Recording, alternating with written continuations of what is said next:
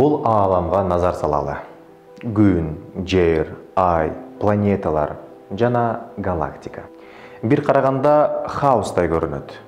Бирок терең үңүлсөк, мында бир өзгөрбөгөн чоң мыйзам бар экендигин байкайбыз. Мисалы, күн системасындагы айланган планеталар аалам жаралгандан баштап өз орбитасынан бир да жолу чыккан эмес. Ал эми жер бетин карай турган болсок, андагы жаныбарлар аалам жаралгандан баштап өз милдетин так аткарып келет. Уйлар сүт бергенден тажаган жок, арлар бал өндүргөндөн тажаган жок. Элестетип көрүңүз. Эгерде бул планеталар өз мыйзамынан чыгып кеткенде эмне болмок? Бир эле планета өз орбитасынан чыгып кете турган болсо, анда башка планеталардагы тең салмактуулук бузулуп, ааламда кыямат башталмак. Дагы элестетип көрүңүз. Эгерде жаныбарлар өз милдетин аткарбай баштаса, анда эмне болмок? Мисалы үчүн, арылар бал өндүрбөй койсо, анда адамзат 4 күндөн 15 күнгө чейин гана жашай алат. Анткени арылар гүлдөрдү чаңдаштырыш керек. Эгер өсүмдүктөр бири-бири менен чаңдашпай калса, анда климаттык катастрофалар башталмак. Бирок булардын баары өз милдетин так аткарып келе жатат. Экөөсү өз табиятында сакталып келет. Бирок адамзат өзгөргөндөн улам өзгөрүүнүн үстүндө. Мисалы, бүгүн эрге тийген эркектер чыгууда. Өз кызын зортуктаган аталар чыгууда.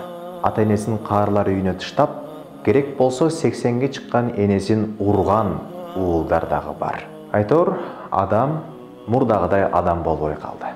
Мурдагыдай адам катары жашоону токтотту. Жана күндөн күнгө адамдык сапатынан таюуда. Эмнеге? Аалам, планеталар, бүтүндөй барлык жаныбарлар, булардын бардыгы өз мыйзамы, тартиби, эрежелери менен жашап келе жатат. Ошондуктан баары гармонияда. Бир гана адам өз мыйзамы менен жашоону токтотту. Жана ар ким өзү каалагандай жашоодо. Бири Кудай бар десе, бири Кудай жок дейт. Бири муну туура десе, бири туура эмес дейт. Айтор, адамзат ортосунда бирдиктүү бир тартип, бир мыйзам, бир эреже жок. Ошондуктан да бүгүн адамзаттын жашоосу хаоста. Дагы элестетип көрүңүз. Көчөгө чыккан шопурлардын баары өз билгениндей машинасын айдайт. Кимдир бирөө кызылда өтөт, кимдир бирөө сарыда, кимдир бирөө жашыл болсо да токтоп тура берет. Эч ким бирдиктүү мыйзамга баш ийбейт. Жана баары өз каалаганындай машинасын айдап кете берет. Анда эмне болот? Албетте, ар бир көчөдө авариялар, ар бир көчөдө адам өлүмү менен коштолгон кырсыктар өтө көп болмок, достор. Биздин жашообуз дагы ушундай.